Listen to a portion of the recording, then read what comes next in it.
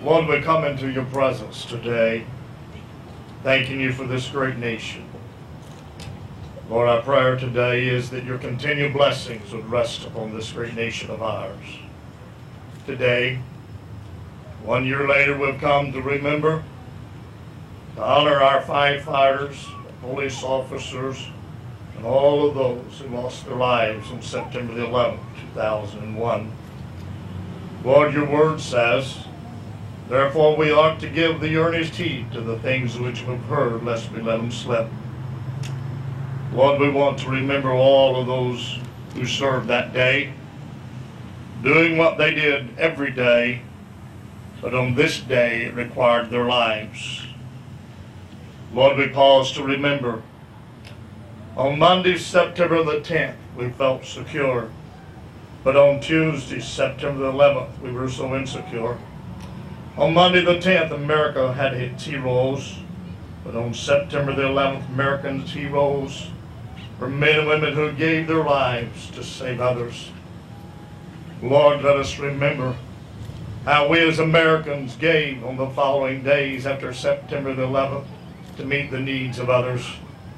Let us remember on and after September the 11th how important our families became to us. We could hardly wait to get home to love and to hug them. Let us remember how we were united and we stood together as a nation.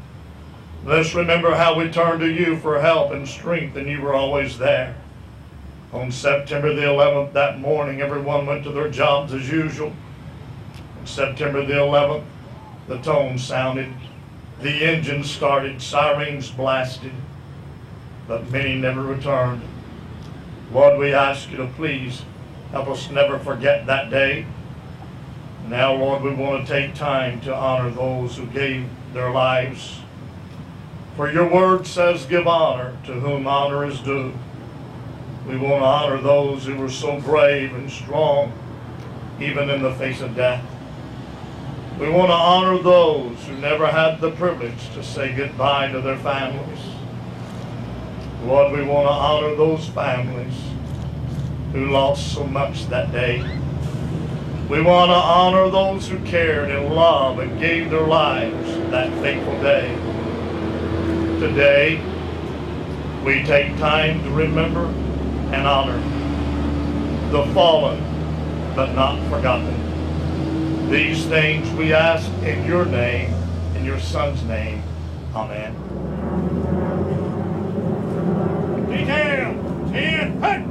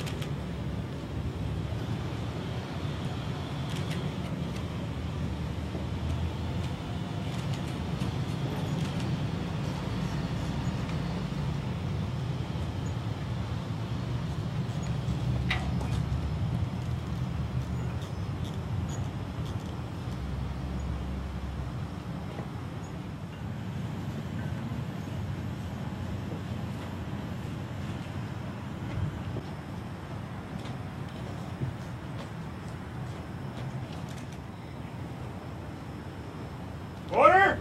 Home! I pledge allegiance to the flag of the United States of America and to the republic for which it stands, one nation, under God, indivisible, with liberty and justice for all.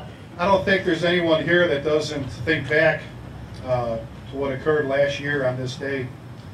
It's 7:46 in the morning, our time, Central Time. A lot of us were glued to our television sets watching the events unfold in New York City, trying to figure out what was going on, what was happening. I know for one, as we sat in this firehouse and drank coffee and talked about the tactics and strategies that accompany a high-rise fire, a lot of us were thinking about friends that were there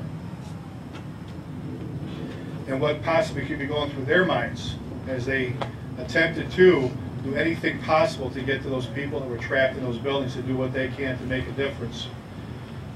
We've talked a lot about firefighters being special people, police officers being special people that are there for you all the time, willing to lay it all on the line for people they don't know. I've said often that the success of a fire department, a good fire department, is one that you have firefighters that treat people like they're their family, that's your home, that's your business that you're responding to, that's your mother or father or grandfather or grandmother, brother, sister, best friend. It's kind of easy to be successful as a department when you treat everybody as you do when you treat family, and that's what we're about. A couple other things occurred on that day that have changed how we react and how we work today. Our lifestyles changed. Our response as a fire department, I know our responses as police departments have changed. We had to worry about things we received in the mail. We had to worry about who was walking down the street all of a sudden. A lot of us didn't want to give up what we all live here for. We live in the greatest country in the world.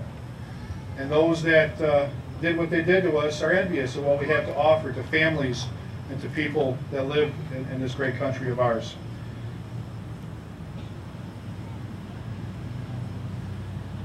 You don't want to ever be walking around with your head looking back over your shoulder all the time. We need to glance back once in a while and make sure that we're looking and watching and taking care of people. As a fire department, and I know as a police department, the city of Lewisville, as a city as a whole, we have taken extreme measures to make sure that our community is protected as the other communities have around us. It's taken some doing. It was a lot to do back on the 11th when you consider all that was going on, to be riding an emotional roller coaster, thinking about what's happening with your colleagues and your friends in New York City, and then thinking about what's happening right here in Lewisville, and making sure that we have all of our folks taken care of. There's a lot of people in New York City that left us that day, people that were, again, part of a family. There was a lot of fathers, dads, brothers, sisters, moms that were lost on that day. We tend to focus on 343 firefighters, our 37 Port Authority police officers, and 23 New York City police officers that lost their lives on that day. But we tend to forget about all the civilians that lost their lives. Another thing that we tend to forget from time to time is that September 11th has continued to affect us to this day.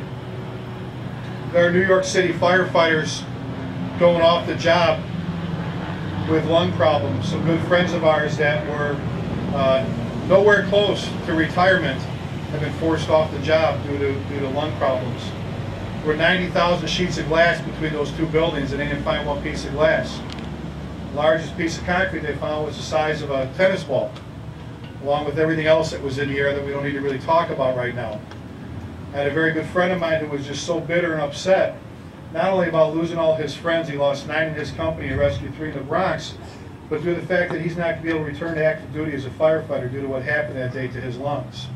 So we're still losing firefighters to active duty due to what happened on September 11th. And I would ask that you join me in a moment of silence while we think of all our firefighters and police officers that perished on September 11th and all those that have gone before September 11th before us.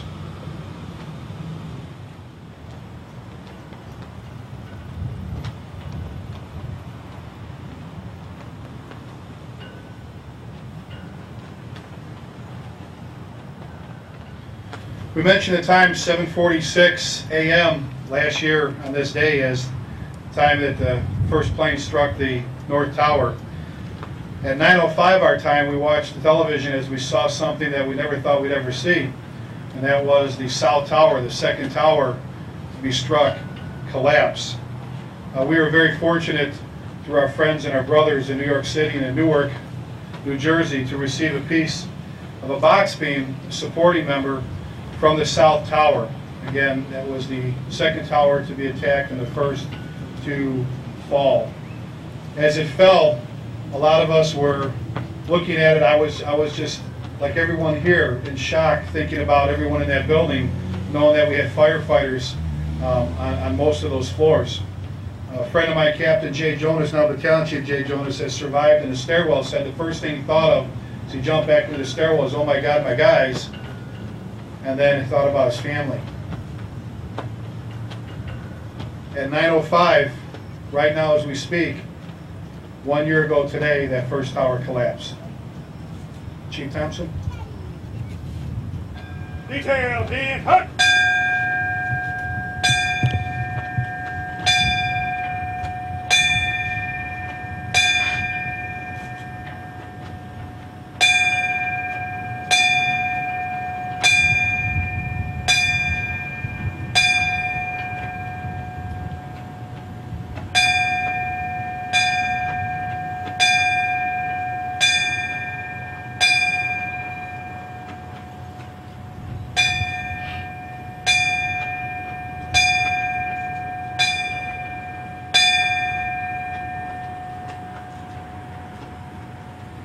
Detail, Eddie!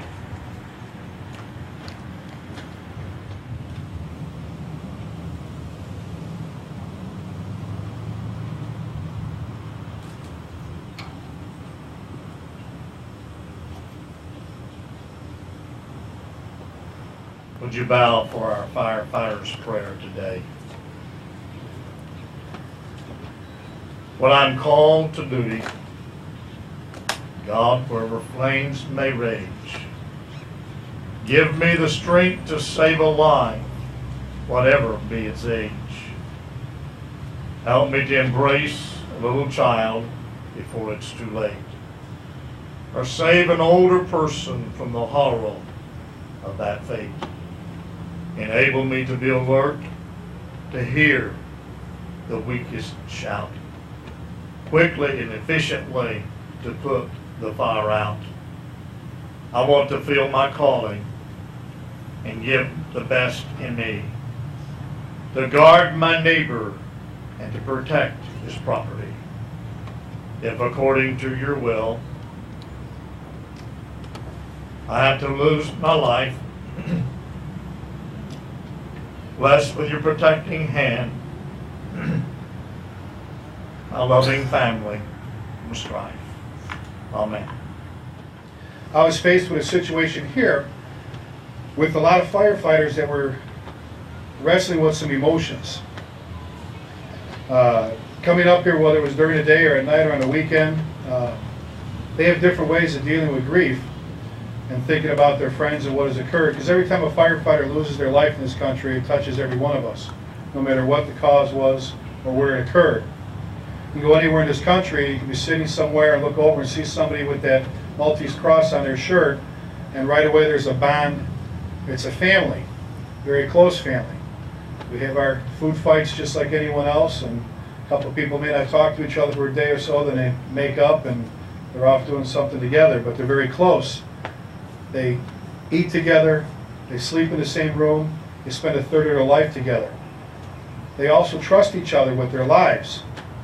They trust each other to take on tasks that a lot of people outside the fire service can't do, and that is place their lives between harm and someone's family. You talk to a lot of the firefighters from New York City, you'll hear different stories of what occurred. A lot of people ask, why did they go in? Why did they do what they did? That's because they had thousands of people trapped. Their dispatch center was giving them locations of people trapped in the hundreds. In the hundreds. Their goal was not to go and necessarily put that fire out. They knew that that challenge was beyond their capabilities. Their goal was to go in and try to get as many people out as they could. They were fearful of a collapse, but not the implosion that occurred. They were fearful that anything above where the plane struck and the structural integrity was compromised, that they would lose that portion of the building.